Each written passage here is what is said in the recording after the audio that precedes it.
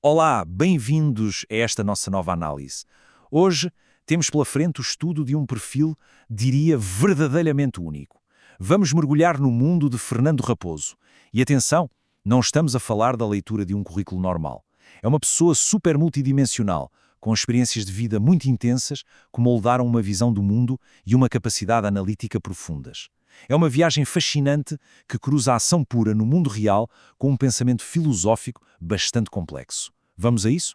Aqui fica o nosso roteiro de hoje. Primeiro, quem é o Fernando Raposo? 2. Um percurso de vida. 3. A filosofia FOXP2. 4. A armadilha da percepção. 5. A soberania do receptor. E para fechar, o próximo desafio profissional. Simples e direto. Então, vamos lá arrancar com o ponto número 1. Afinal, quem é o Fernando Raposo? Bem, o Fernando José Lopes Raposo nasceu a 4 de março de 1963 em Vendas Novas. E reparem bem nestes projetores na imagem. Eles não estão aqui por acaso, pois não.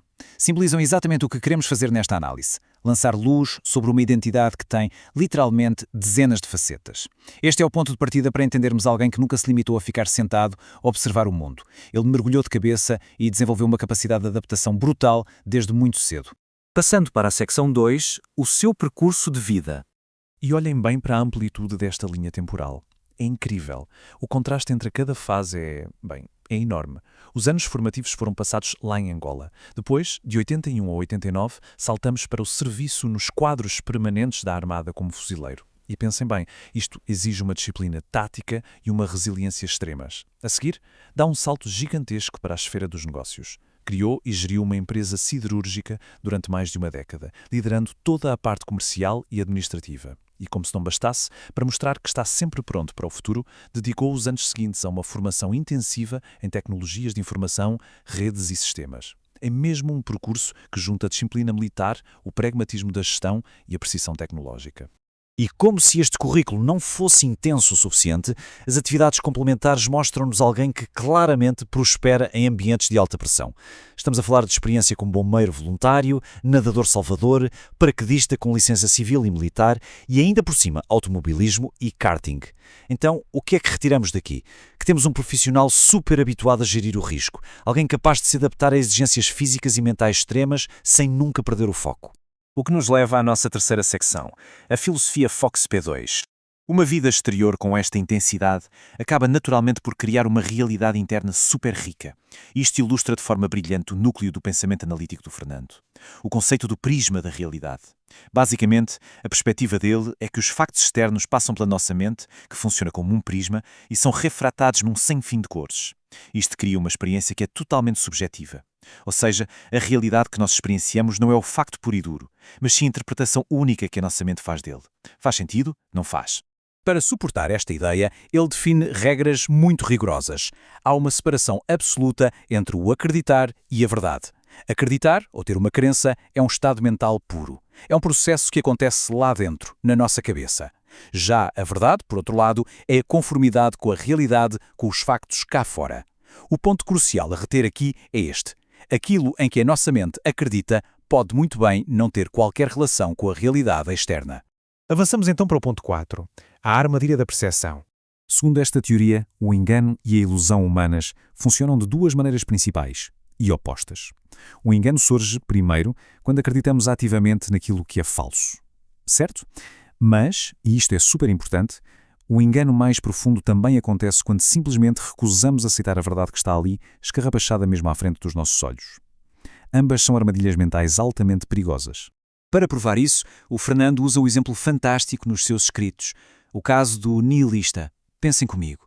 Se a crença de base de alguém é que a vida é vazia e não faz sentido, essa mesma crença vai criar uma realidade que, para essa pessoa, é efetivamente vazia e sem sentido. A crença constrói a própria experiência.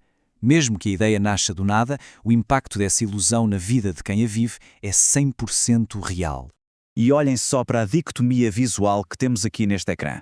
Do lado esquerdo, vemos estas antenas parabólicas enormes, voltadas para o espaço. Elas representam a ciência, aquela busca incansável por sinais externos puros e objetivos. E do lado direito, temos Thoth, a divindade egípcia da sabedoria. Ele representa a mente humana ativamente a criar símbolos e a interpretar linguagem. A nossa realidade vive exatamente aqui no meio, algures entre o sinal puro que captamos e o símbolo que a nossa mente decide construir. Chegamos agora à secção 5, a soberania do receptor. Há uma citação dele que diz o seguinte: a mensagem que eu passo não tem qualquer valor. Realmente importante é a interpretação feita pelo receptor. Esta é a grande tese central. Tendo em conta o background do Fernando em tecnologias de informação e sistemas de comunicação, ele percebe como ninguém que não importa o quão perfeita é a transmissão dos dados.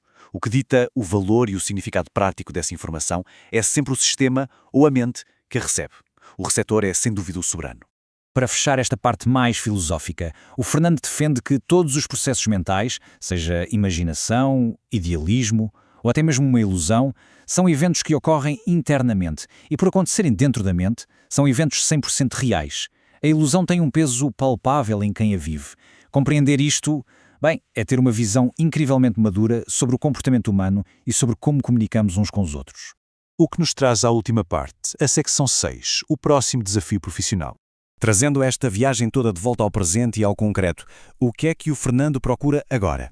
Com este misto incrível de rigor militar, experiência pesada em gestão de negócios e um pensamento analítico muito fora da caixa, o objetivo dele é aplicar tudo isto em funções administrativas ou comerciais ou na área técnica de tecnologias de informação e comunicação.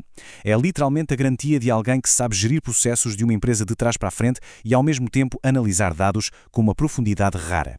Neste momento, o foco é conseguir uma entrevista para provar este valor cara a cara. E para quem gera processos de recrutamento, o contacto não podia ser mais fácil. Podem falar com o Fernando diretamente através do número 918-701-442 ou pelo e-mail fernandoraposo5@gmail.com. Fica aqui o convite aberto para as equipas que procuram um perfil altamente resiliente, com capacidade real de resolução de problemas e um pensamento crítico super independente. Para terminar, deixo no ar uma provocação muito curiosa que aplica a própria filosofia do Fernando ao seu recrutamento. Se a regra é a soberania do receptor, então a mensagem dele já foi entregue. O currículo e a visão estão na mesa, mas o valor real que se vai tirar daqui depende totalmente de quem recebe a mensagem. Como é que as organizações vão descodificar e aproveitar esta experiência tão vasta? É uma ótima pergunta para se explorar numa entrevista presencial, não acham? Muito obrigado por acompanharem esta análise e até à próxima.